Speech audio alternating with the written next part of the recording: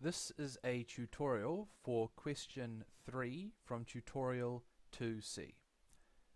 So we're told let f of n equal to 3 to the n over n, where n is a positive integer. Show that f of n plus 1 minus f of n is this. So you may not have seen this notation before, but this is what we call a function notation. And it basically means whatever you see inside the brackets, you substitute in here for n, you'd substitute in for the n's over here. So when we see f of n plus 1 minus f of n, well, the f of n plus 1 we just take away. Every time we see an n, we'd instead put n plus 1. So this would be 3 to the n plus 1 over n plus 1. And then f of n is, of course, 3 to the n over n. So how do we do this? Well, it's not too difficult. We just have to make sure they've got the same denominator, right? So what do we do? This becomes the denominator, the whole denominator becomes n plus 1. And then what would I get? I would get n times 3n plus 1 minus n plus 1 times 3 to the n. So now I'm going to try and factorize what I have. What's in common between both of these? Well, 3 to the n is in common. And then I am left with 3n minus n plus 1 over n times n plus 1. And what does that simplify to? That simplifies to 3n minus n was 2n minus 1 over n plus 1, which is what I set out to show. So that is not too bad, I hope. So what about the second part? Hence or otherwise. They say hence or otherwise, but they mean hence. Evaluate this in terms of n. So what do we see? Well, we see that what can we do? So we've got the sum from n equals 1 to capital N of 3 to the n over, you probably can't read that, so let me just tidy that up a bit, 3 to the n over n plus 1 minus the sum n equals 1 to n of 3 to the n over 2n n plus 1. Okay, so what can I say about this whole thing?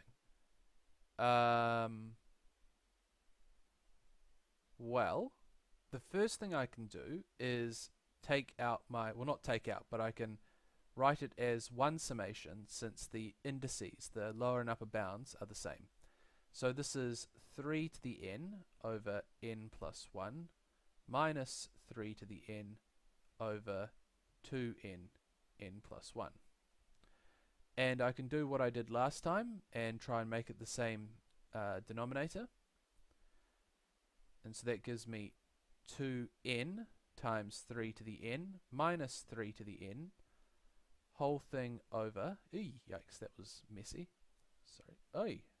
What's going on here? Behave yourself. Whole thing over 2n n plus 1. And so I can factorize this.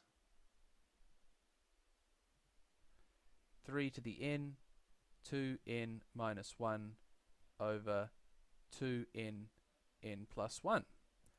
Does this look like something we recognize? Well, not immediately, but what happens if I took this 2 from here and put it out the front? This is now the inside part of f of n, so we recognize this part in here as being f of n plus 1 minus f of n. So what do you think we're going to use now that you've seen that? Probably means we're looking at some sort of method of differences, right? So let's just give ourselves a bit more room. This is equal to a half summation n equals 1 to n of f of n plus 1 minus f of n. And I'm not going to write out what is f of n and all that first. I'm just going to substitute in some values of n. So this, when n equals to 1, I'd get f of 2 minus f of 1. Then when n equals to 2, I'd get f of 3 minus f of 2. When n equals to 3, I'd get f of 4 minus f of 3. I think you guys can see the pattern now. Second to last line would be f of n minus f of n minus 1 plus f of n plus 1 minus f of n. And using method of differences, what can I cancel? Well, you can see that these two cancel, and so there'll be a 4 that cancels, and so on and so forth. Then something will cancel this one, these two cancel. What am I left with? Left with this term at the start and this term at the end.